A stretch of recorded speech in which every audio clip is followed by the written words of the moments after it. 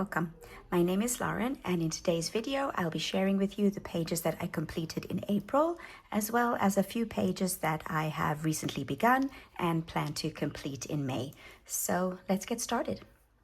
To begin with, I would just like to thank all of the people who have watched my videos and liked them and commented on them and subscribed to the channel.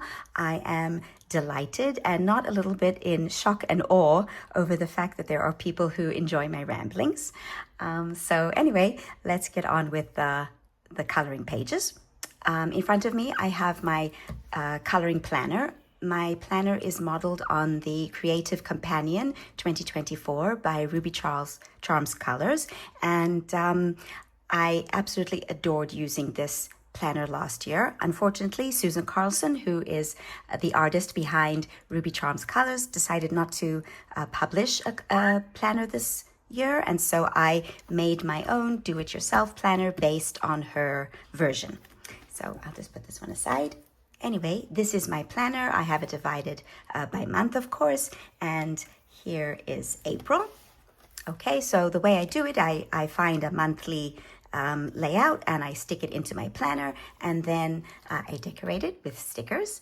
These ones I got off Amazon, and then every day that I color, I write down the page that I colored. Okay, and then I have a section where I do my buddy colors. Right now I'm doing buddy colors on Facebook, but from now on, now that I have a challenge, I'll be writing down the buddy colors that I have on my channel, and then I write down the prompts and challenges that I participate, any tutorials that I watch on YouTube, and my purchases. And then I write down my completed pages, the date I completed it, the mediums that I used, and any hashtags that I participate in. I think that next year I will put the hashtags right under the entries rather than on a separate page. And then I have the pages that I plan to color and the ones that I do color. So if I've completed it, I color it in a dark color. And if it's something that I've started, I just shade it a little bit with the same color. And here I have my monthly stats, the buddy colors, the prompts, the pages, the books, the untouched books. This is based on the stats page from Amanda Colors' coloring journal that she put out. I'm thinking maybe next year I might purchase hers. We'll see. And then I have my Instagram, the followers, the engagement, any tutorials that I follow. And now I've added boxes for my YouTube as well. So I am so excited about how well the channel has done. And again, thank you to everyone who's watched.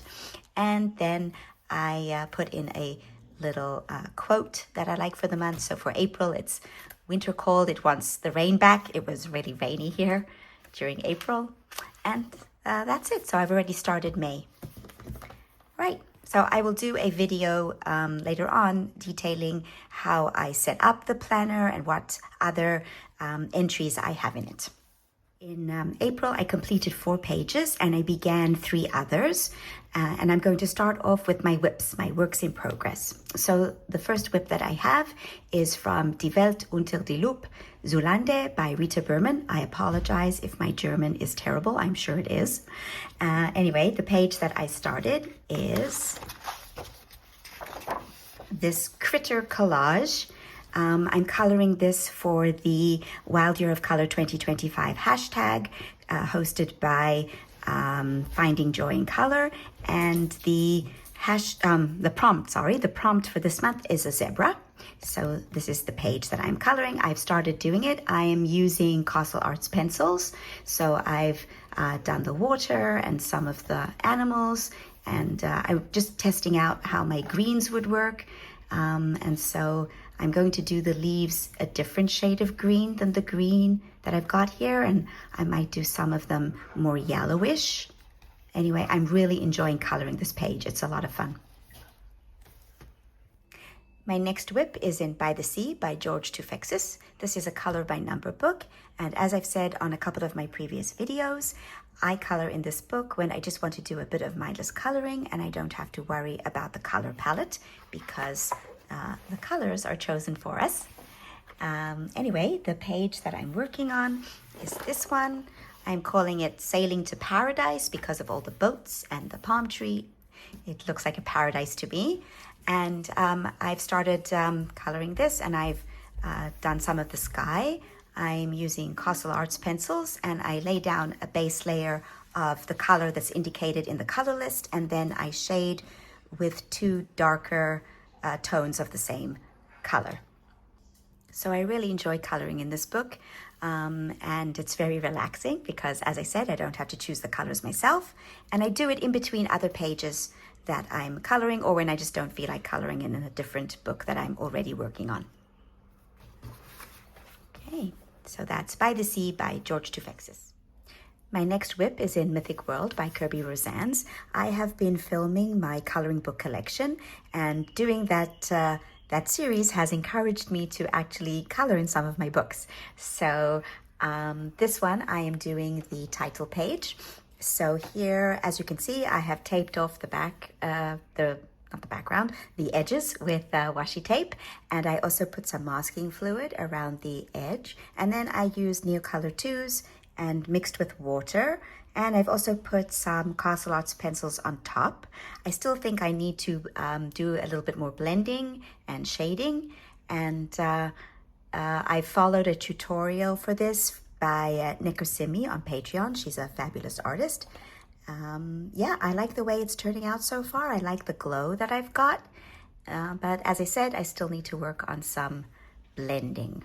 And then I will do the image in the middle. I'm going to try and make it either gold or silver. I'm not sure yet. We'll see. Okay, so that's Mythic World. Okay, so those are my 3 whips, and now I'm moving on to the completed pages. The first one that I completed is in the Game of Thrones coloring book, and I really love working in this book. The paper takes water mediums very well. The page that I colored for April is this page.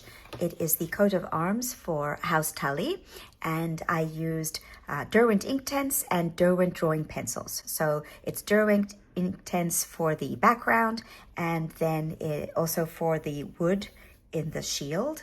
And in the background, I also put a little bit of Castle Arts on top, just to do a little bit more shading, but I did not put any pencils on the shield. I felt that the Inktense did enough of a job by itself, and I really like the way the wood is looking.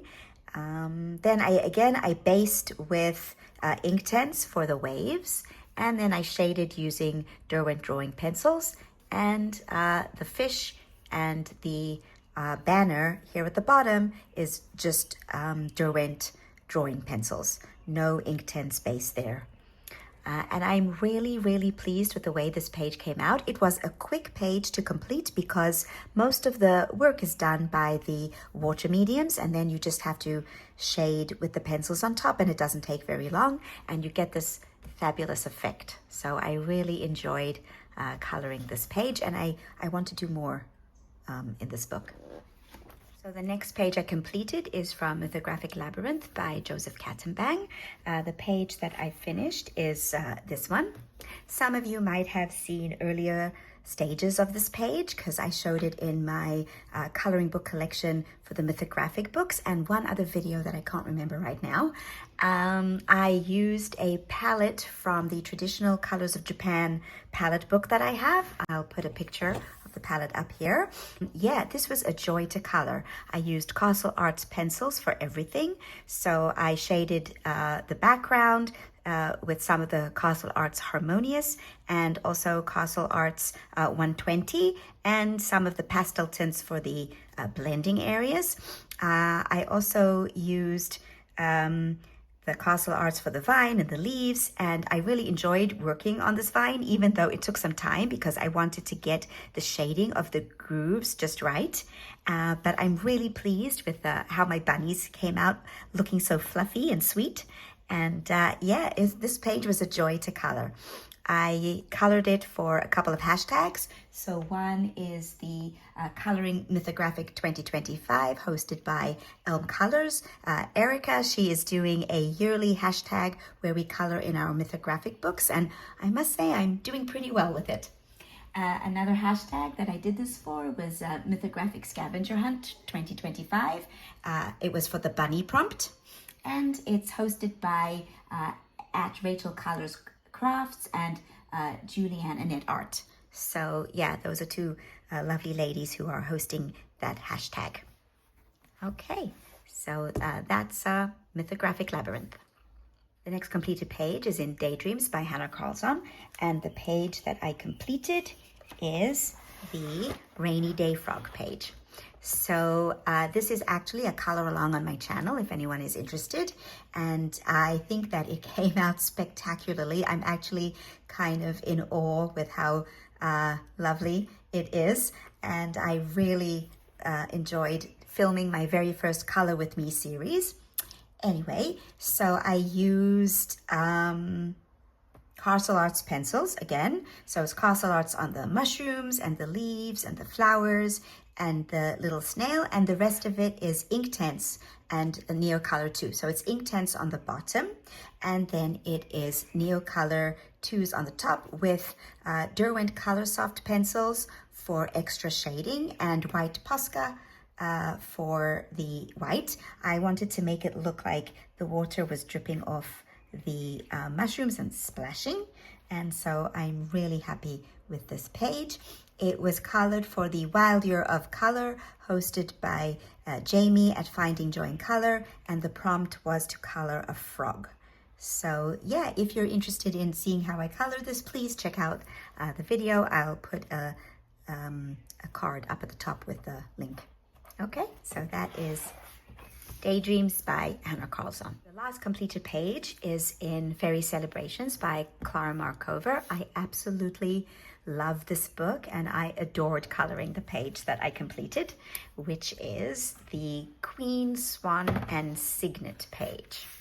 So this page is colored completely with Prismacolor pencils, and it was quite a challenge to do the feathers or the down or whatever it is that swans have, and it involved a lot of layering and a lot of flicking. And so, as many of you know, Prismacolor pencils are primarily wax-based, and so the point of the pencil wears down quite quickly. Nevertheless, I am able to rotate the pencil as I work, and so I didn't have to sharpen as much, but I did need, nevertheless, sharpen quite a bit to keep the point sharp for the flicking. And then I have this, the different colored, I think they're lotus flowers. Yeah, lotus flowers. And I like the fact that I got 3 different shades of pink. Yeah, so that was fun. And I like the way the gold elements came out as well. And primarily, I love the beak. I used indigo blue to go over the black line art, and it gave it this really dark bluish tint, and I'm not sure if oh yes, you can see it on the video. So I really like how I managed to get that done. Anyway, beautiful page, beautiful art, and I can't wait to color more in this book. So that's the last page, which is Fairy Celebrations. Thank you for joining me as I flip through my completed pages. Do drop in to the comments and tell me which page is your favorite. I'd love to hear from you. If you like the video, please give it a thumbs up and consider subscribing to the channel. So I hope to see you soon. Bye.